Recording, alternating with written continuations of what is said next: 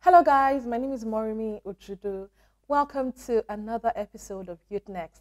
YouthNext is a platform where we bring in young people who are vying for political positions, and we try to get to know of their experiences, their strategies, and how well they want to contribute to the society's growth and development.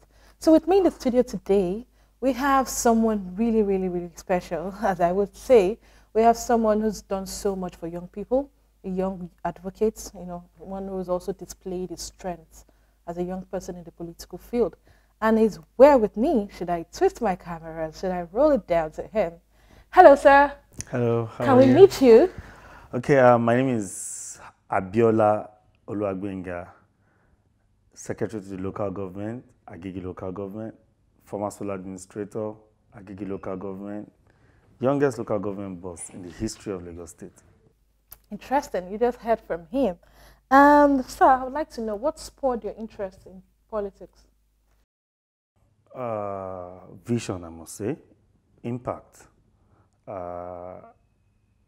In life, you look at yourself as you grow and you ask yourself, why were you really created? And the answer I get most times is that I was created to make impact. How? Then your personal traits starts to set in. And so I align myself with the political setting because most of my traits as a person was much more inclined, to politics. So how do I make that impact through politics? So how does your average day go? Well, as Secretary of Local Government, I'm much more like the life wire of the council, of the Local Government Council. I'm being a former sole administrator, so my contributions are immensely needed. So I wake up, have my bath like every normal individual, and then set to work. I give you local government. I treat documents, I treat committees and all. Just the regular 8 to 5. How much do you earn? How much do I earn? I earn below 200,000 as a secretary to local government, yeah. But the way the job is, it is not really about how much you earn. It's about what you have to give and what you have to offer. It's a position of service, and I'm a businessman, so how much I earn really doesn't count. What counts to me is how much I can, make a mark and create a name for myself, and that's what I'm doing. Okay, you were adopted by Honorable Mudashiru Obasa. You say adopted? No, you were adopted as a mentee. My father is still alive. You were adopted by Honorable Mudashiru Obasa as a mentee. You adopted as a mentee, someone who can mentor. Is he your political godfather? Did he adopt me or did I adopt him? That's the major question. It's symbiotic. Well, I think he's a man who understands the power. So is he your political godfather? God the Father is my God the Father is my godfather, but I would rather say he's my political guardian. That's the word I will use, because that's the man that. Do you believe in political godfathers? I just say God the Father. So how can you have a godfather when you have God the Father? Even the Godfather has a father in heaven that he or she believes in. So if your godfather tends to place you somewhere and God says no, what happens? So I don't like to use the word Godfather because you are equating, I'm a very spiritual being or person, so it's more like equating human beings to God. So I would say it's my political guardian. I may be a mentor, yeah. So are you seeking to run for a political post come 2019? Yes, I must say. What political position are you looking at? I am interested in running for House of Representatives, Agege Federal Constituency, And right now, I'm doing a lot of consultations and a lot of underground strategies I'm trying to put in place to see how I can clinch the party's ticket. And by God's grace, let's see how it goes. What party is that? All Progressive Congress, the APC. You just heard from him. Interesting. Now, there's this popular assumption out there by young people that your party is not favorable to young people in terms of a few policies that are not, that are probably tight neck, in terms of the high-priced nomination forms, in terms of, okay, the party leaders having to say, oh, go and take a queue first. When did you come to the party? How loyal are you to your party leaders? So what are your thoughts on this about, the loyalty is key in life generally.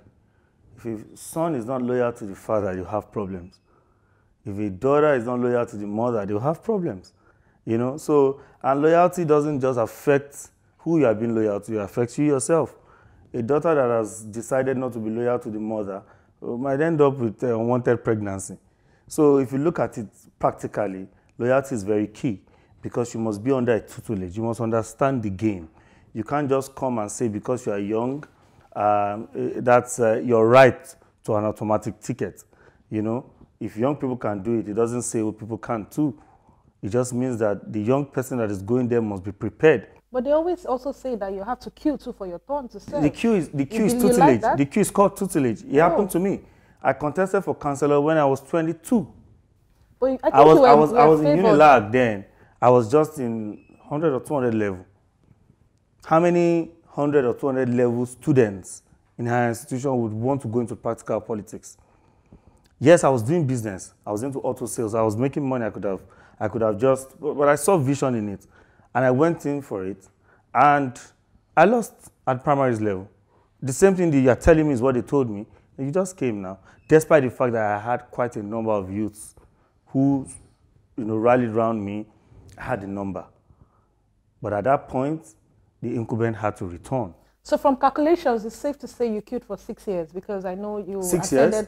You became the sole administrator of Agege at the age of 20. I didn't queue for 6 years. I contested. But you became, I started my contest in 2016. You became the sole administrator of Agege at the age of 2016. That's, I think you're 2016. Years old. Yeah, 6 years. 6 years. So that's but I had been involved in politics before then, at the grassroots level. In fact, my house was where at the ward level, at the zonal level, where the political leaders used for their meetings. So I was always bringing chairs, taking chairs. I was already attending meetings. I was doing a lot of things, I was sponsoring, I was buying jam forms even as a young man. I was doing a lot of things for the youth around the community, and I was practically involved in the political system. I remember then when elections come, then I was not even in the university yet. Some political leaders will have to come to me to lobby other youths, to vote for them. So at that point, I would say categorically that I'd been in the process, but I decided to go into practical politics, at that time. And okay, so if elected as a member of the House of Representatives in 2019, what would you do differently? What I do differently? First of all, I can tell you categorically that as I'm sitting right here, I have a written plan, a written proposal, that will reduce youth unemployment by 30% on a yearly basis. But the thing is, when you have these ideas and you don't get to a level where you can actually what's the word I'm looking for? Where you can make use of those ideas. You don't have the leverage, the capacity to do it. It will just waste away. I ask myself, if every House of Rep member in that chamber today can construct and initiate a 500 capacity ICT center in their local government, times how many? 774. That's 500 youths. Let's say 9 months courses. You understand? From there, you pick out social media. A lot of people make money from social media. Ahmad became a millionaire via social media, and so many of them like that. We have computer engineers. Just ICT we are talking now. We have software developers. We have this animation. We even have the cameramen and all the likes, just from ICT. So do a calculation and see how many youths in 4 years. That's 2,000 young minds trained and empowered per local government, times 774. And look at how many youths you would have taken off the streets. Agriculture. I always tell people, if you don't go to the grassroots, you cannot get it right. Okay, having been involved in governance process, from an early age, what message do you have for young people who are vying for political positions? Is that your vision? Do you see yourself in pictures? What's the meaning of vision? Vision is your purpose in pictures. You are seeing the reason for your creation. That's what purpose means. You are seeing the reason for your creation, and you are seeing the picture in 10 years, in 5 years. This is the picture I'm looking at. If you are nothing close to that, then you probably will be wasting your time. Because when you see the picture, when challenges come, that picture would make you overlook those challenges and outrun them. So whatever you are doing, make sure that you are in your vision. Nobody has to believe it. I tell people, I'm going to be in the presidency in 10, 15 years. How you see it, whether you believe it, I don't know. I had the vision over 10 years ago, and I'm closer now. Okay, so as one person who wishes to be the president in a few years' time, what are your hobbies like? How do you unwind? What are your hobbies? How do I unwind? Well, go to the movies, have a bottle or two with friends, discuss constructively. That's about it. Interesting. Yeah. Hi guys, you just heard from Honorable Gbenga Abiola, a young House of Representatives aspirant. He is very much on ground at the grassroots level and has been able to give us a few tips on what is going on. Honorable Gbenga Abiola, there's something we usually do on the show. You have to make a pledge. Young people feel it's time we came out to run for political positions. And they also believe that if I have to support a young person, I need to know that, yes, I can be able to call him back as, being a youth, as a young person. So, there's this popular Yoruba saying that, Sholo Kundi. Do you understand? Now, you're going to make a pledge on God the Father, the person you believe in. You're going to say in simple terms, in your own words. But let me just give you, I, Honorable Gbenga Abiola, I pledge to the youth constituency of Nigeria to be loyal, to fulfill my obligations within my purview.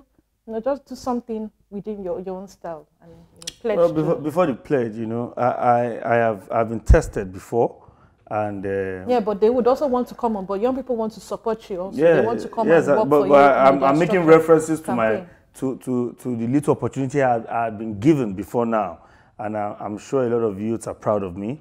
And I, Oluwagbemga Michael Abiola, pledge to be loyal, responsible, and advocate for the Youth League in Nigeria. I'm going to stand by my words. I'm going to fight for youth unemployment especially, and I'm going to do a lot more to make sure that we are truly the leaders of today and tomorrow. So if anything goes wrong, we can always play that video and that clip for him to see, and ensure that we bash him and go out there on social media and call him back and try to record him. Thank you very much. You're welcome. Gbenga Abiola. It's a pleasure having you. Yeah, thank you.